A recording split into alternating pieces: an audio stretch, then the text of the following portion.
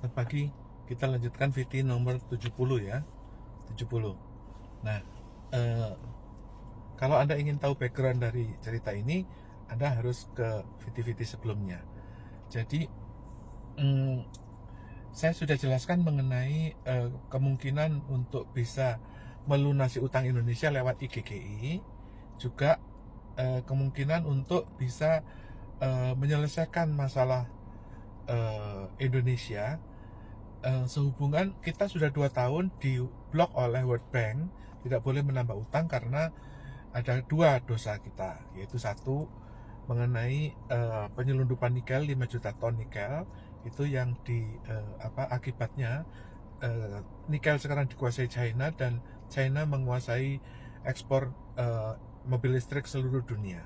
Yang kedua adalah kita menggunakan ekspor nikel tersebut untuk utang Cina. Nah, utang Cina itu masalahnya adalah utang gelap, shadow banking China, yang tidak tercatat oleh bank sentral. Oleh karena itu, kalau 2 hal ini kita hentikan dan kita bisa kembali kepada rel yang benar, bahwa kita tidak bisa melakukan double bookkeeping, ya, artinya ada utang negara lalu ada utang BUMN, nggak bisa. Akal-akalan seperti ini suatu saat akan meledak menjadi devaluasi. Nah, inti dari semua keruwetan ya masalah Republik ini itu sebetulnya bisa disarikan menjadi satu, yaitu tegaknya tongkat keadilan. Jadi Kejaksaan Agung sebagai jaksa, dia itu aparat hukum. Logo bidang hukum itu adalah timbangan. Ya, ada seorang perempuan matanya ditutup, lalu dia memegang timbangan, artinya ditimbang ini. Kamu dosanya apa atau kamu tidak bersalah, itu ditimbang. Nah, tetapi Jampitsus itu saking dia itu geram ya terhadap kejahatan dari korporasi ini, logo mereka itu adalah pedang, ya kan?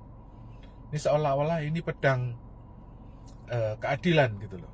Dengan demikian maka yang ditindak, kalau ngomong-ngomong keadilan ya di negara kita, yang ditindak itu ya gajahnya, naganya. Oleh karena itu naga nomor 9 itu sudah tumbang karena apa? Rahasia judi online. 300 triliun dana judi itu sudah di rahasia. Yang kedua adalah mafia tambang timah, udah di rahasia. Ya, efek dari 2 rahasia ini ya dan berdampak buruk kepada satu ya, Kejaksaan Agung itu diputari oleh Densus itu sebagai protes mereka. Kedua juga ada crane di MRT itu jatuh kepada rel MRT, hampir MRT itu tumbang ya kan. Sekarang kedepannya itu bagaimana? Nah, akibat dari ketidakadilan ini sebetulnya itu terjadi setiap hari ya, cuman kita nggak merasa aja. Contohnya ya, kita beli beras, kita beli gula. Harga gula di Thailand itu 6.000, kenapa di kita 18.000? Kita beli daging. Daging itu kalau di India 30.000, kenapa kita beli 180.000 sekilo? Jadi itu adalah sebuah monopoli ya. Kelihatannya monopoli, iya. Kalau monopolinya Telkomsel nggak apa-apa ya kan, masih mendingan lah ya, karena itu bidang teknologi ya, atau monopoli Gojek ya kan. Baguslah ada apa itu namanya yang berinisiatif untuk membuat tenaga kerja yang berjutaan kita itu bagus ya kan. Tapi kalau monopoli gula, bawang putih, lalu beras, monopoli daging sapi, itu kan keterlaluan gitu loh. Jadi dengan demikian yang disebut keadilan itu adalah gajah-gajah ini yang harus tumbang. Nah, tetapi nggak usah khawatir karena sekarang ini sedang marak operasi rahasia termasuk mafia tambang itu.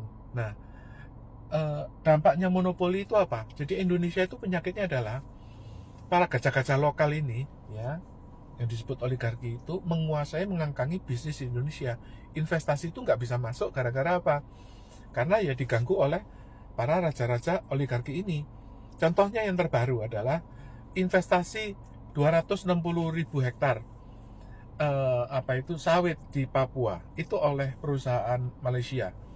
Itu diganggu sekarang besar-besaran. dibuat demo besar-besaran. Lah, sawit yang jauh lebih besar ada di seluruh Sumatera itu juga dikuasai oleh oligarki, gitu loh. Jadi dampaknya di Indonesia itu ibarat kata ya, cucunya raja Republik Indonesia itu disandera oleh 9 naga. 9 naga ya. Akibat cucunya disandera ini, maka ketika kita mau membangun ibu kota, ya mereka mogok.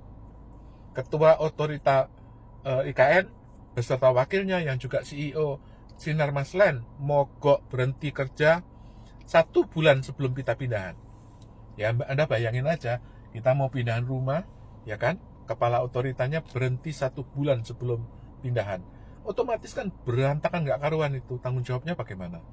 Nah, itu akibat dari mogoknya naga-naga ini, 9 naga ini. Karena apa? Karena mereka udah menyandera Janetes, cucunya presiden disandera, sehingga apa? Sehingga ya, ini kalau kita mau terus pakai oligarki lokal, Indonesia tersendat-sendat, ya kan? Rakyat itu nggak ada keadilan, ya kan? Akibatnya apa? Bisnis dikuasai sama konglomerat, ya kan? Contohnya aja, ya kan? Merek sepeda motor itu hanya 3 kok, Yamaha, Suzuki, Honda, ya kan? Kalau Anda mau impor merek sendiri, coba aja, ya kan? Yang masih mendingan itu sepeda motor Kaisar, itu juga sepeda motor untuk di sawah-sawah, ya kan? Ya merek lain anjlok, ya kan? Sepeda motor listrik anjlok, ya. Demikian juga mobil, itu kan dikuasai oleh merek Jepang, ya kan? Toyota, Honda, Mitsubishi, ya kan, Suzuki. Sedangkan yang merek-merek Amerika juga kalah. Jadi artinya apa? Artinya bisnis ini dikangkangin oleh 9 naga. Artinya mereka itu menyandera cucunya raja. Ya hingga rajanya ya juga bingung. Kalau misalnya judi dilanjutkan, rakyat makin miskin, banyak bunuh diri. Tetapi kalau misalnya diberhentikan, ya kepala otoritas IKN ya langsung mundur, ya kan? Kan sifat orang Indonesia itu begitu. Jadi nggak ada yang benar gitu, nggak ada yang tertib secara ya kamu tugasnya apa, tanggung jawabnya apa, ya kerjakan. Itu nggak ada. Yang ada ya kamu, saya sandera ya, kalau misalnya uang judi dirahasia ya saya juga mogok mau bayar IKN. Itu adalah sifat buruk. Oleh karena itu percayalah bahwa dengan tegaknya tongkat keadilan ini, cuman 1 Kepres Republik Indonesia yang nomor 14 tahun 2024 membuat para penjahat-penjahat cuci uang itu tumbang semua. Oke, dengan demikian ini menjadi harapan baru. Mudah-mudahan ibarat kita itu borok-borok ya, sekarang itu borok-borok semua ditutup, diberi obat semua. Jadi kita supaya nggak pincang jalannya Republik ini.